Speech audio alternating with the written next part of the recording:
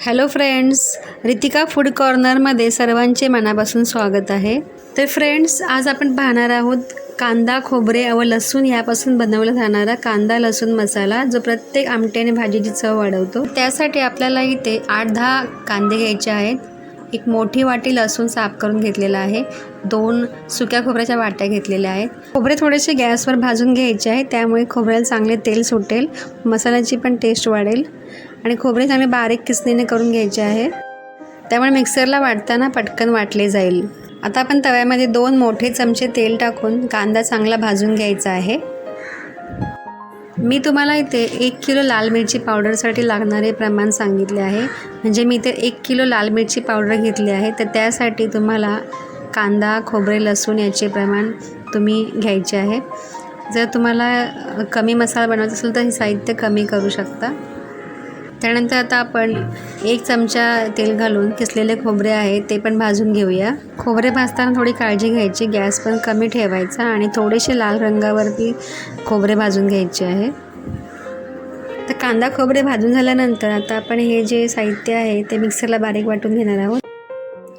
मी इथे 5 चमचे मीठ घेतलेले आहे, मिठामुळे मसाला खूप दिवस टिकतो। फ्रेंड्स, तुम्ही ते पाहू शकता की मी इथे खोबरे वेगळे वाटले आणि कांदा लसूण एकत्र वाटलेला आहे। आता हा मी सर्व मसाला एकत्र करत आहे। मसाला मिक्सरला वाटताना बिलकुल पाण्याचा वापर करायचा नाही। वर्षभरासाठी लागणारी लाल मिरची पावडर आपण बाजारातून डंकावरून कुटून आणू शकतो। आता या बरणीतून मी लागणारी लाल मिरची पावडर थोडी मी काढून घेत आहे। ही पहा लाल मिरची पावडर, यामध्ये लाल मिरच्या आणि गरम मसाल्याचे काही प्रमाण घेऊन हे डंकावरून बारीक करून घेतलेले आहे।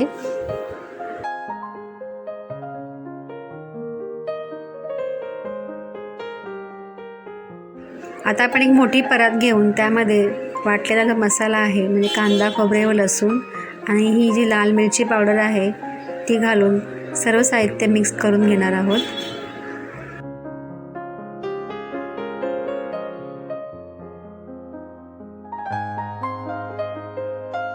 यामध्ये लाल मिरची पावडर आपण थोडी करून मिक्स करून घेणार आहोत, त्यामुळे आपल्याला एक अंदाज व्यवस्थित येईल।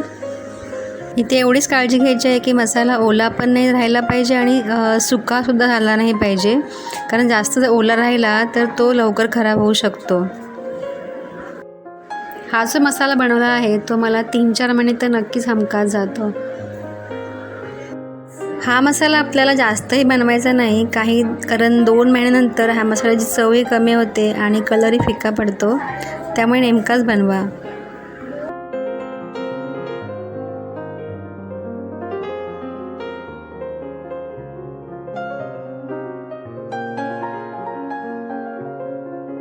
तर हे पहा, आपल्याला अशा प्रकारे चेक करायचे आहे।